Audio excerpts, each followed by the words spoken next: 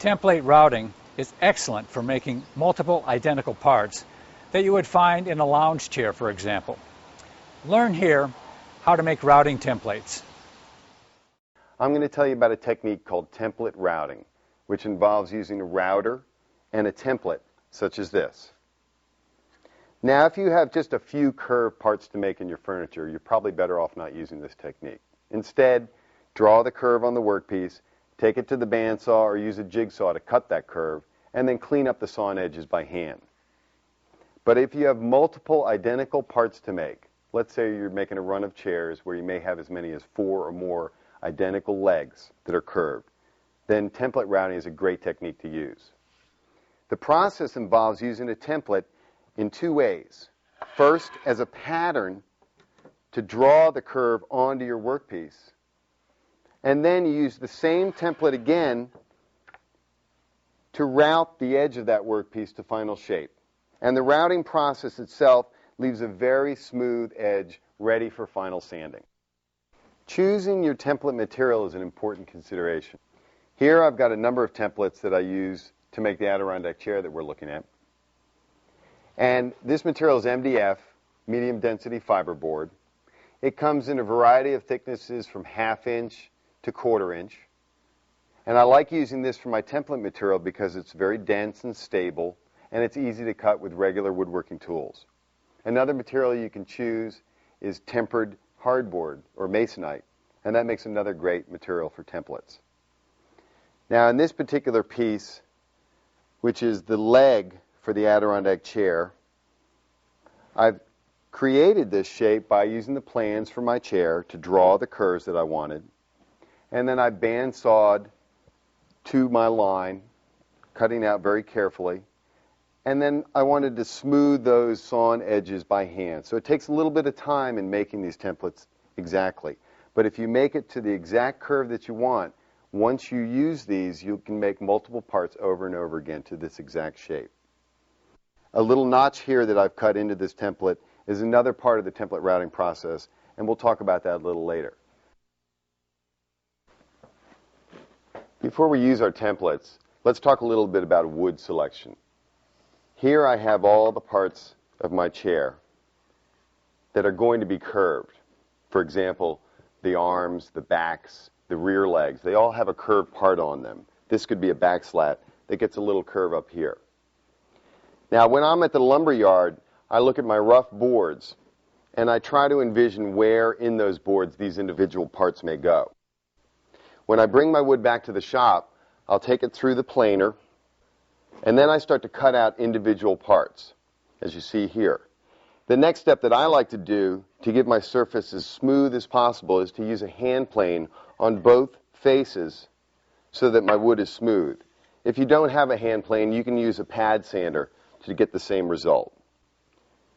The next thing I do after smoothing the wood is to find which surface of my boards is the inside of the tree. And what do I mean by the inside of the tree?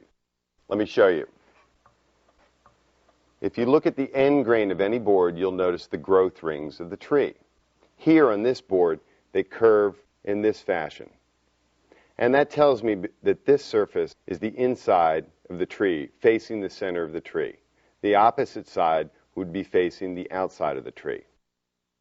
And I like to use the inside face on my work because it has a richer, deeper looking texture, especially if you're using a clear finish on your woodwork.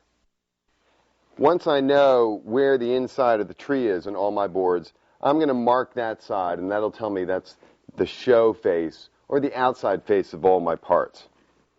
To do that, I like to use regular chalkboard chalk. This is the dustless variety, which is particularly nice. And the nice thing about chalk is that once you mark your work, you can easily erase your marks if you make a mistake. So I'm going to say on this board that this is a slat for the back. We'll mark slat and back. And I also know that it's the left slat. So I'm going to mark an L, and I'll circle that. The other thing I'm going to mark is the top and bottom of the board. And I'll draw an arrow to designate that this end is going to be the top of my slat, which means that this will be the bottom of my slat.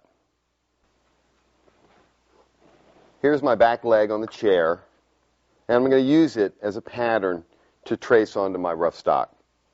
Now you'll notice that my stock has one straight edge and the rest of the edges are roughly sawn. I did this on the bandsaw.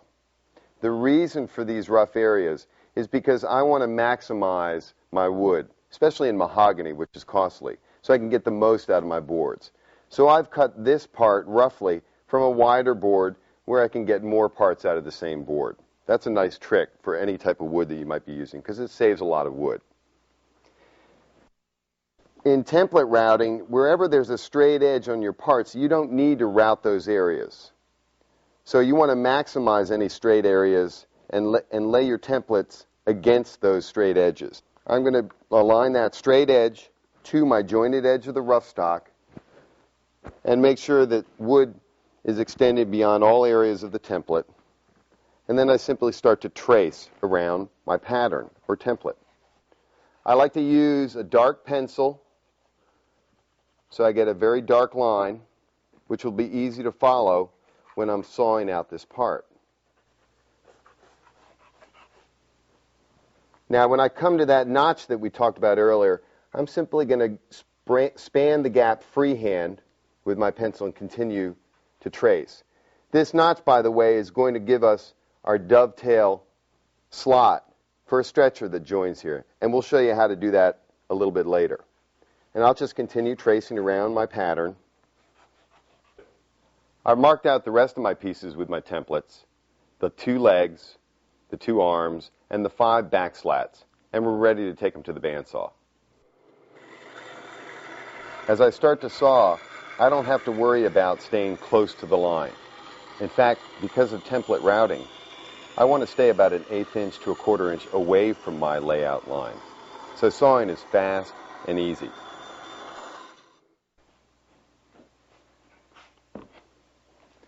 Okay, we've sawn all our pieces out, and now it's time to attach the templates for routing. Here I've got that back leg template that we looked at earlier. And remember, our notch is for a dovetail joint. And that joint goes on the inside of my leg. Remember, I marked my pieces for the outside faces, so I'll need to turn this piece over and attach the template to this side of the stock. And I can simply flip my template over to do that.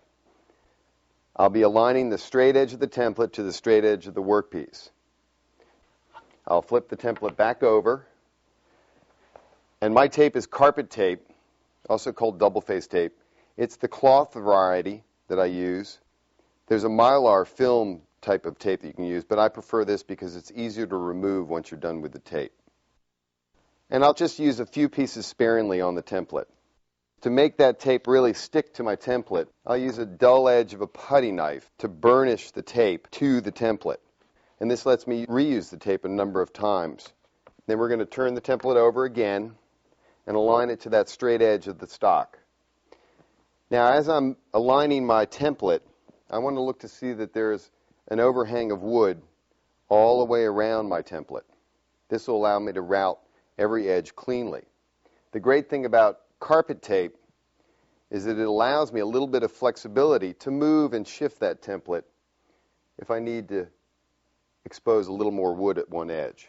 Once I have the piece aligned where I want it, I'll give it a couple taps with your hand over the tape, and that'll stick it firmly to your workpiece. The magic of template routing is in choosing the bits you use to route the workpiece, and you have a couple choices.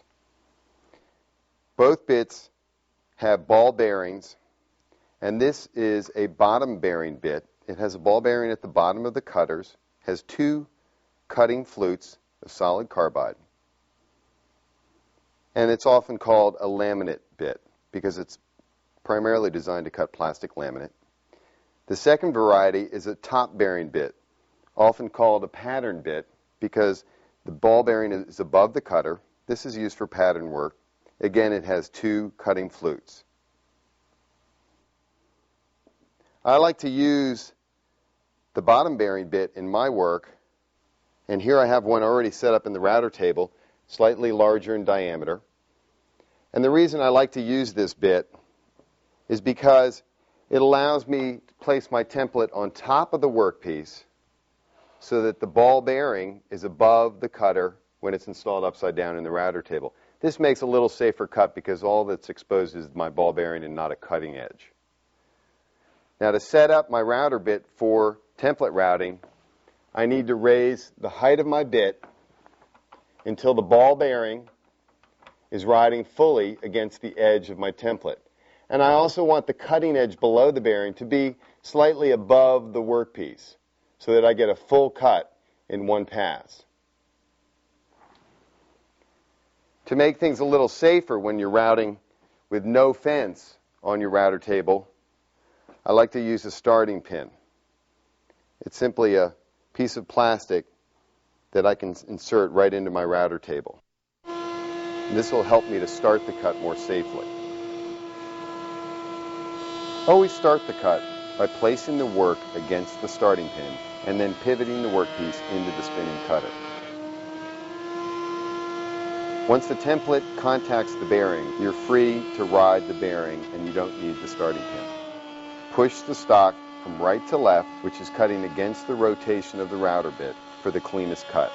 I make sure to keep my feed speed a continuous, steady motion for the cleanest cut with very little burning. Also, make sure to use a sharp cutter. To prevent tear out at the tip of the slat, I reverse the workpiece, place it against the starting pin, and ease the workpiece into the spinning cutter. I'll move the workpiece slightly backwards, which is called a climb cut. As I route around the chair leg, I'll need to stop the cut where the socket in the template is. I simply pull the workpiece away from the cut.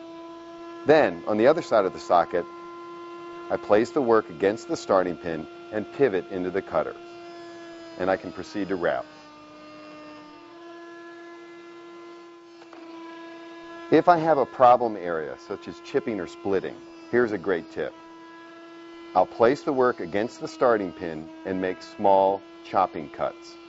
Once I've cleaned up that area, I'll make one final continuous pass.